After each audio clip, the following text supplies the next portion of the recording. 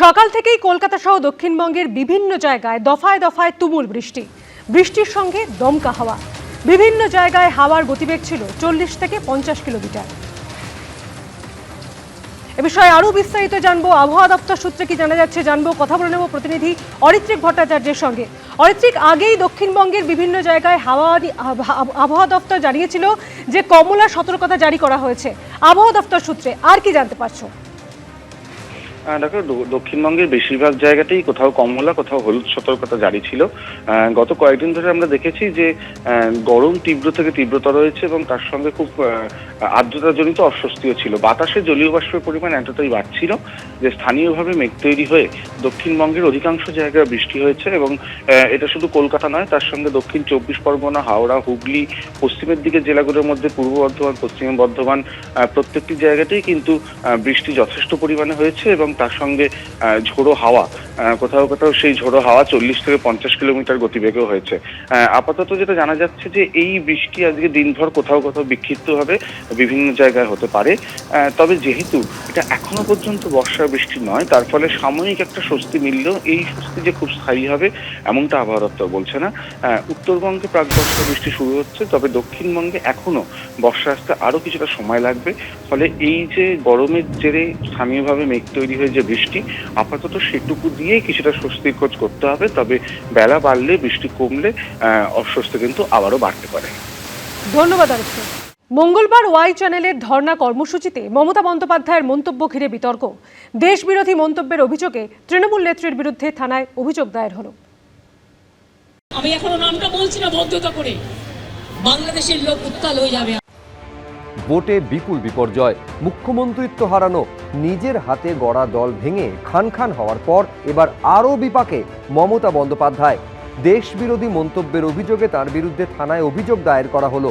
মঙ্গলবার ধর্মতলার ওয়াই চ্যানেলে ধর্ণা কর্মসূচিতে মমতা বন্দ্যোপাধ্যায়ের এই মন্তব্য ঘিরে বিতর্ক তৈরি হয়। বাংলাদেশ থেকে একটা বড় খুনিকে এসটিএফ অ্যারেস্ট করেছিল, জেনে রাখুন। যা নিয়ে বাংলাদেশে অনেক রেভলিউশন হয়েছিল।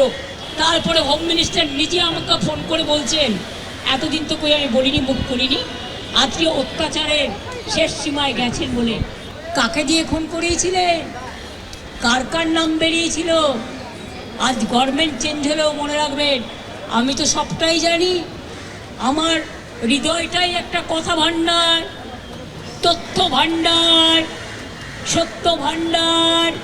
এবার লালবাজারের সাইবার ক্রাইম দফতরে মমতা বন্দ্যোপাধ্যায়ের বিরুদ্ধে দেশদ্রোহিতার অভিযোগ দায়ের করল অখিল ভারত হিন্দু মহাসভা। এই কথাটা বলে উনি ভারতের সভার্জিনিটি, ভারতের সার্বভৌমত্ব, ভারতের ইন্টারগ্রিটি, ভারতের সুরক্ষাকে বিশ্ব দরবারে ছোট করে দিয়েছে। উনি মুখ্যমন্ত্রী থাকাকালীন ওনার সাথে স্বরাষ্ট্রমন্ত্রকে যেগুলোই কনফিডেন্সিয়াল ডিসকোর্স হয়েছে সেটাকে উনি পাবলিক ডোমেইনে ইউজ করতে পারেন না। এটাকে বলতে পারেন কনফিডেন্সিয়াল ওথ ব্রিজ, মানে রাষ্ট্রদ্রোহের সমান। এটা রাষ্ট্রদ্রোহ, এর চেয়ে বড় দ্রোহ আর হতে পারে না। রাষ্ট্রের সম্মান, রাষ্ট্রের সুরক্ষা, রাষ্ট্রের নিরাপত্তাকে অসুরক্ষিত করা রাষ্ট্রদ্রোহই হয়। মমতা বন্দ্যোপাধ্যায়ের মন্তব্য ঘিরে তুঙ্গে উঠেছে রাজনৈতিক চাপানুতোর।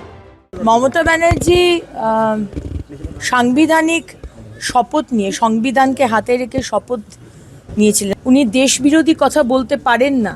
আপনি যে দেশবিরোধী একজন মানুষ, সেটা বারবার আমরা পুলওয়ামা, বালাকোট, বিএসএফ, ইলেকশন কমিশনে আমরা দেখেছি। কিন্তু আজকে যেভাবে আপনি আবার করে মানুষকে ইনস্টিগেট করে আরেকটা দেশকে ইনভলভ করে আপনি কথাগুলো বলছেন, এটা খুব যথাযথ কাজ করা হয়েছে। তার এগেনস্টে এফআইআর করা হয়েছে। মমতা বন্দ্যোপাধ্যায় বলেছে, অমিত শাহ এটাকে বলেছে সাপ্রেস করে রাখো। আর অমিত শাহ খুঁজছে কিভাবে মমতা বন্দ্যোপাধ্যায়কে এখন জেলে ঢোকানো যায়। দ্যাট ইজ হিজ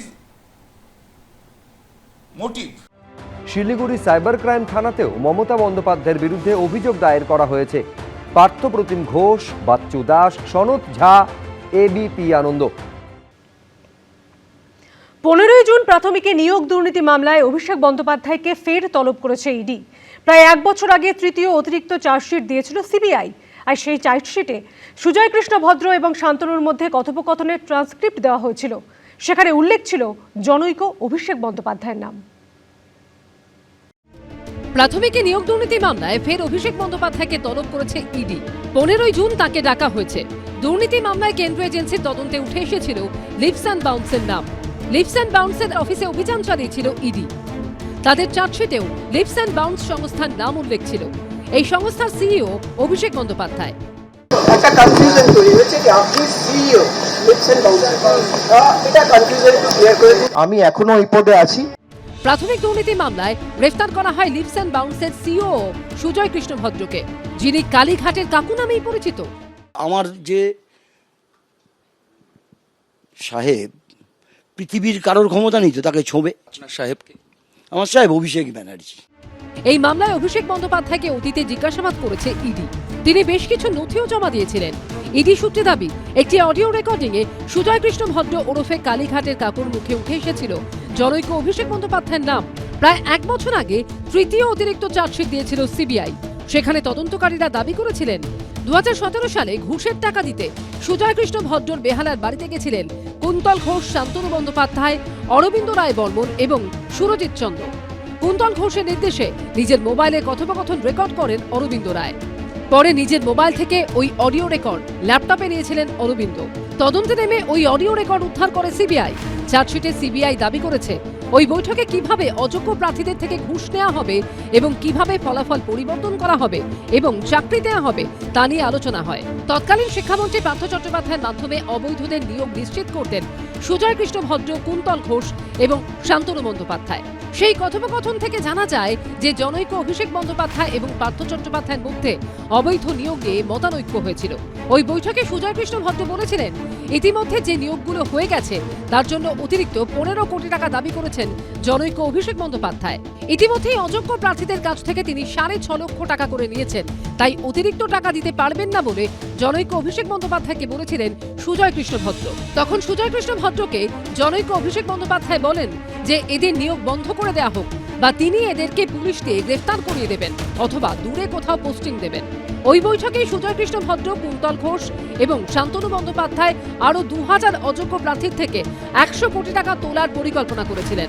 এর মধ্যে জনৈক অভিষেক বন্দ্যোপাধ্যায়, পার্থ চট্টোপাধ্যায় এবং মানিক ভট্টাচার্যকে 20 কোটি টাকা করে দেওয়ার পরিকল্পনা ছিল। তবে সিবিআই এর সাপ্লিমেন্টারি চার্জশিটে অভিষেক বন্দ্যোপাধ্যায়ের পরিচয়, ঠিকানা, তিনি কে স্পষ্ট করে কিছুই বলা হয়নি। শৌভিক মজুমদারের রিপোর্ট, এবিপি আনন্দ, কলকাতা। তৃণমূলে ভাঙন থেকে জোড়া ফুলে অভিষেক বন্দ্যোপাধ্যায়ের একাধিপত্য। একগুচ্ছ বিষয়ে মুখ খুললেন হুমায়ুন কবির। কিভাবে ফের বিধায়ক হতে পারবেন মমতা বন্দ্যোপাধ্যায় তা নিয়ে পরামর্শের সুর শোনা গেল জনতা উন্নয়ন পার্টির চেয়ারম্যানের গলায়। বিধানসভা নির্বাচনে তৃণমূলের পাশা উল্টে দিয়ে রাজ্যে ক্ষমতায় এসেছে বিজেপি সরকার, আর ভোটে হারের মাসখানেকের মধ্যে মমতা বন্দ্যোপাধ্যায়ের তৃণমূল এখন ভেঙে খান খান। তৃণমূলে এই উথাল পাথাল পরিস্থিতি নিয়ে মুখ খুললেন একদা তৃণমূল বিধায়ক, বর্তমানে আম জনতা উন্নয়ন পার্টির প্রধান হুমায়ুন কবির। মমতা ব্যানার্জির দল আজকে যে পরিণতি হয়েছে এর জন্য মমতা ব্যানার্জি নিজে দায়ী। অভিষেকের পাল্লায় পড়ে অন্ধ ধৃতরাষ্ট্রের মতো অভিষেককে যে পাওয়ার ছেড়ে দিয়েছিল, আমলাতান্ত্রিক হয়ে গেছিল পুরোপুরি টিএমসি দলটা। মমতা বন্দ্যোপাধ্যায়ের প্রশ্রয় ছাড়া অভিষেক বন্দ্যোপাধ্যায়ের একটা পা ফেলার ক্ষমতা ছিল না। তাহলে আমি তো মমতা দিকেই দায়ী করব। বিধানসভা ভোটে তৃণমূলের ভরাডুবির জন্য দলের নেতাদের একটা বড় অংশ সরাসরি অভিষেক বন্দ্যোপাধ্যায়কে দায়ী করে ক্ষোভ উগড়ে দিয়েছেন। এই প্রসঙ্গে বিস্ফোরক দাবি করেছেন হুমায়ুন কবির। মমতা বন্দ্যোপাধ্যায়ের মতো নেত্রীর এই অবস্থা দেখে সত্যিই দুঃখ লাগছে। অভিষেক বন্দ্যোপাধ্যায়কে যত তাড়াতাড়ি দরকার গারদে ঢুকিয়ে দেওয়ার দরকার, অ্যারেস্ট করে উড়িষ্যায় পাঠিয়ে দেওয়ার দরকার। বিধানসভা ভোটে মমতা বন্দ্যোপাধ্যায়কে তার নিজের গড় ভবানীপুরে হারিয়েছেন শুভেন্দু অধিকারী। মুখ্যমন্ত্রীর আসন যাওয়ার পাশাপাশি এখন আর বিধায়কও নন তৃণমূল নেত্রী। এই প্রেক্ষাপটে মমতা বন্দ্যোপাধ্যায়কে নতুন প্রস্তাব দিলেন হুমায়ুন কবির। তিনি আমার সিনিয়র মোস্ট গোটা রাজ্যের নেত্রী না, তিনি বাংলার নেত্রী না, তিনি ভারতবর্ষের একজন উল্লেখযোগ্য নেত্রী। তিনার এই সময়ে বিধানসভা আসাটা জরুরি ছিল, কিন্তু হেরে গিয়েছেন ভবানীপুরের মানুষ, তাকে হারিয়ে দিয়েছে। তিনি যদি আসতে চান আমাকে ব্যক্তিগত স্তরে বললে হুমায়ুন কবির অবশ্যই ব্যাপারটা পারবেন, জেতাতে পারবেন নিশ্চিত। রেজিনগরের মানুষের কাছে হুমায়ুন কবির শেষ কথা বলবে। বিধানসভা ভোটের আগে কেন্দ্রীয় নিরাপত্তা পেয়েছিলেন হুমায়ুন কবির।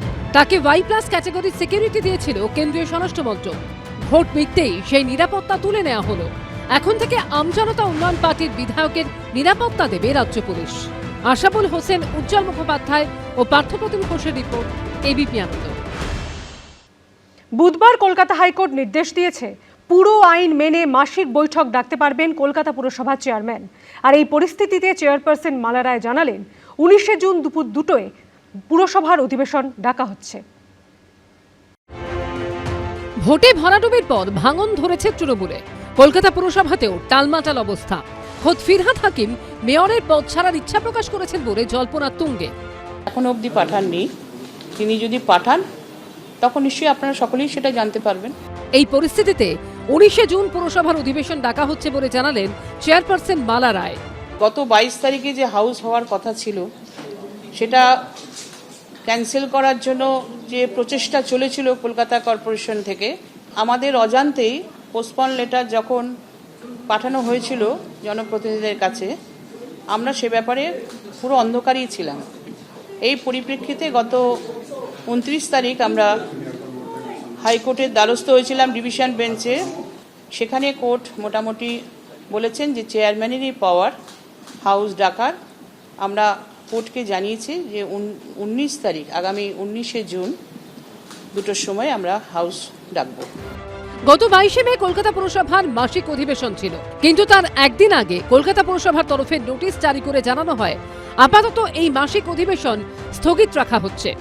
বন্ধ করে দেওয়া হয় অধিবেশন কক্ষ। নজিরবিহীনভাবে কাউন্সিলার্স ক্লাব রুমে অধিবেশন বসান তৃণমূল কাউন্সিলররা। সংঘাতের জলগড়ায় কলকাতা হাইকোর্ট পর্যন্ত।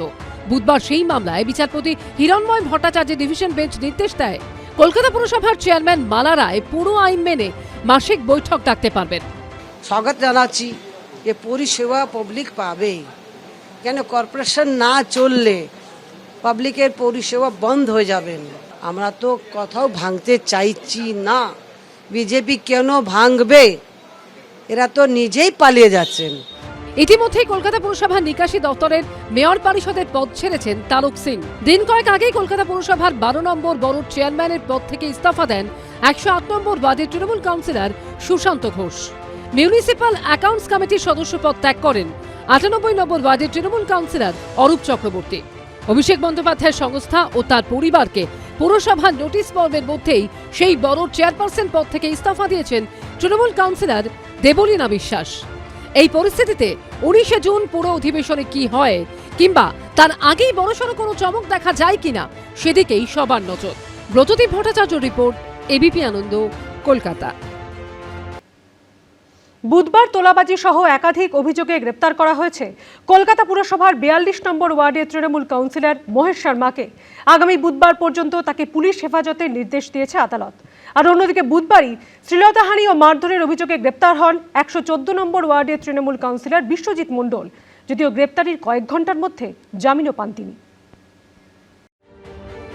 তোলাবাজি, দুর্নীতি সহ নানা অভিযোগে দিকে দিকে গ্রেপ্তার হচ্ছেন তৃণমূল কাউন্সিলর থেকে শুরু করে প্রাক্তন বিধায়ক। কলকাতা থেকে জেলা বুধবার তোলাবাজি সহ একাধিক অভিযোগে গ্রেফতার করা হয়েছে কলকাতা পুরসভার 42 নম্বর ওয়ার্ডের তৃণমূল কাউন্সিলর মহেশ শর্মাকে। বৃহস্পতিবার ধৃত তৃণমূল কাউন্সিলরকে ব্যাংশল কোর্টে তোলা হলে চোর স্লোগান দিতে থাকেন বিজেপি কর্মীরা। তৃণমূলের কর্মী সমর্থক এবং বিজেপির কর্মী সমর্থকদের মধ্যে এই কোর্টের ভিতরের চত্বরে কিন্তু রীতিমতো হাতাহাতির পরিস্থিতি সৃষ্টি হয়। আমাদের দলকে বলেছি কারা হাত ছাড়বে না। বিজেপি লোক আছে আমাকে মেরেছে, ও সব তোড়বাজ আছে। তৃণমূল কাউন্সিলর মহেশ শর্মাকে 7 দিনের পুলিশ হেফাজতের নির্দেশ দেয় আদালত। বুধবার শ্লীলতাহানি এবং মারধরের অভিযোগে কলকাতা পুরসভার 114 নম্বর ওয়ার্ডের তৃণমূল কাউন্সিলর বিশ্বজিৎ মণ্ডলকে গ্রেফতার করে রিজেন্ট পার্ক থানা। পরে থানা থেকে জামিন পান তিনি। যেহেতু জামিনযোগ্য ধারা ছিল তার বিরুদ্ধে, তাই থানাতে গ্রেফতার হওয়া কয়েক ঘন্টার মধ্যেই জামিন হয়ে যায় থানা থেকে এই অভিযুক্ত নেতার। এ নিয়ে গত 2 সপ্তাহে তোলাবাজি সহ একাধিক অভিযোগে গ্রেফতার হয়েছেন কলকাতা পুরসভার তৃণমূলের 5 কাউন্সিলর। 24শে মে তোলাবাজির অভিযোগে গ্রেফতার হন 123 নম্বর ওয়ার্ডের তৃণমূল কাউন্সিলর সুদীপ পল্লে। ভোট পরবর্তী হিংসা এবং তোলাবাজির অভিযোগে মঙ্গলবার গ্রেফতার হন 36 নম্বর ওয়ার্ডের তৃণমূল কাউন্সিলর শচীন সিং। বুধবার দক্ষিণ কলকাতার গড়ফায় তোলাবাজি, খুনের হুমকির অভিযোগে গ্রেফতার করা হয় 106 নম্বর ওয়ার্ডের তৃণমূল কাউন্সিলর অরিজিৎ দাস ঠাকুরকে। ওই দিনই তোলাবাজির অভিযোগে গ্রেফতার 42 নম্বর ওয়ার্ডের তৃণমূল কাউন্সিলর মহেশ শর্মা। সেদিনই শ্লীলতাহানি এবং মারধরের অভিযোগে গ্রেফতার হয়ে জামিন পান 114 নম্বর ওয়ার্ডের তৃণমূল কাউন্সিলর বিশ্বজিৎ মণ্ডল। এখন মাত্র 2-3 জন অ্যারেস্ট হয়েছেন, প্রায় 130টা ওদেরই হবে। বাকিরা তো সমদোষে দোষী, বাকিদের কাছে ব্যবস্থা হবে। প্রায় 8-10 হাজার কেস দিয়ে দিয়েছে, সবাইকে অ্যারেস্ট করে নিয়ে যাচ্ছে মাঝরাতে, হ্যান্ডকাপ পরিয়ে, হিউম্যান রাইটস এ ভায়োলেশন, দড়ি দিয়ে রাস্তায় ঘোরাচ্ছে। এই সবই বিচার হবে কোটি। উত্তর ও দক্ষিণ 24 পরগনাতেও 2 তৃণমূল কাউন্সিলর গ্রেফতার হয়েছে। দক্ষিণ 24 পরগনার বজবজে বেআইনি অস্ত্র রাখার অভিযোগে অসম থেকে গ্রেফতার করা হয় 12 নম্বর ওয়ার্ডের তৃণমূল কাউন্সিলর মিঠুন টিকাদারকে। বুধবার তাকে ট্রানজিট রিমান্ডে আনা হয় বজবজ থানায়। বৃহস্পতিবার তাকে আদালতে নিয়ে যাওয়ার সময় থানার বাইরে ওঠে চোর স্লোগান। এদিকে এক সপ্তাহের মধ্যে দ্বিতীয়বার গ্রেফতার হলেন উত্তর 24 পরগনার বনগাঁ পুরসভার 14 নম্বর ওয়ার্ডের তৃণমূল কাউন্সিলর পাপাই রাহা। বুধবার একটি পুরনো মামলায় জামিন পান তিনি। সেদিন রাতে মাদক ব্যবসায় যুক্ত থাকার অভিযোগে তৃণমূল কাউন্সিলরকে গ্রেফতার করে বনগাঁ থানা। পার্থপ্রতিম ঘোষ, সুকান্ত মুখোপাধ্যায়, ঐশী মুখোপাধ্যায়ের রিপোর্ট, এবিপি আনন্দ। ত্রাণ সামগ্রী চুরি থেকে শুরু করে তোলাবাজি, হুমকি, কোথাও মারধর, কোথাও বাড়ি ভাঙচুরের অভিযোগ। বিজেপি সরকার ক্ষমতায় আসতেই জেলায় জেলায় গ্রেপ্তার হলেন একাধিক তৃণমূল নেতা। তোলাবাজি, ত্রাণ সামগ্রী চুরি, হুমকি, নির্যাতন, বিজেপি কর্মীদের বাড়ি ভাঙচুর, এমনই একাধিক অভিযোগে রাজ্যের বিভিন্ন প্রান্ত থেকে গ্রেফতার একাধিক তৃণমূল নেতা। পশ্চিম বর্ধমানের লাউদোহায় অবৈধভাবে বালি পাচারের অভিযোগে গ্রেফতার করা হলো তৃণমূলের অঞ্চল সভাপতি গৌতম ঘোষকে। ধৃতকে ঘিরে উঠল চোর চোর স্লোগান। স্থানীয় বাসিন্দাদের একাংশের অভিযোগ, অজয় নদ থেকে অবৈধভাবে বালি তোলা ও পাচার চক্রের অন্যতম মুখ ছিলেন এই তৃণমূল নেতা। শুধু তাই নয়, 21-এর ভোটের আগে বিজেপি কর্মী সমর্থকদের ওপর হামলার অভিযোগও ওঠে তৃণমূলের অঞ্চল সভাপতির বিরুদ্ধে। বর্তমানে আমাদের মুখ্যমন্ত্রী এবং আমাদের সরকার হচ্ছে কি যারা এই সমস্ত কাজের সাথে যুক্ত তাদেরকে আইনের মাধ্যমে সাজা দেওয়ার ব্যবস্থা করেছে।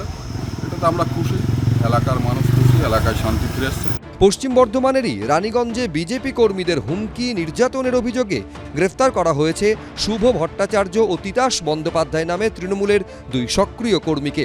এদিকে নদিয়ার কালীগঞ্জে ত্রাণ সামগ্রী চুরির অভিযোগে গ্রেফতার করা হলো তৃণমূল পরিচালিত মীরা 1 নম্বর গ্রাম পঞ্চায়েতের অঞ্চল সভাপতি সুরেশ আগরওয়াল ওরফে দামু এবং তৃণমূলের 23 নম্বর বুথের সভাপতি ফতেহার রহমানকে। অভিযুক্ত তৃণমূল নেতা সুরেশ আগরওয়ালের বাড়ির ভেতর থেকে ত্রাণ সামগ্রী বের করে আনেন স্থানীয়রা।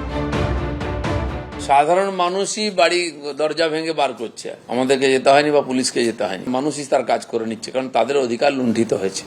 হুগলি সিঙ্গুরে তোলাবাজি ও বিজেপি কর্মীদের মারধর সহ একাধিক অভিযোগে গ্রেফতার হয়েছেন বরা পঞ্চায়েতের তৃণমূলের সদস্য অষ্টু কোলে। মানুষকে হুমকি দিতেন, ভয় দেখাতেন, খুন করে দেবো, মার্ডার করে দেবো, এই রকম ভয় দেখিয়ে ভোট লুট করতেন। আমরা ধন্যবাদ জানাই যে এই রকম ক্রিমিনালদের আগামী দিনে আরও তুলবে। যদিও নিজের বিরুদ্ধে ওঠা সমস্ত অভিযোগ অস্বীকার করেছেন তিনি। চুরি যে কেস দেওয়া হয়েছে ওগুলো মিথ্যে অভিযোগ করে কেস দেওয়া হয়েছে। এই জেলারই গোঘাটে তোলাবাজি ও আর্থিক প্রতারণার অভিযোগে গ্রেফতার হলেন আইএনটিটিউসি নেতা স্বরূপ লাহা। মনোজ বন্দ্যোপাধ্যায়, কৌশিক গাতাইত, সোমনাথ মিত্র, এবিপি আনন্দ। এবিপি আনন্দ, এগিয়ে থাকে, এগিয়ে রাখে।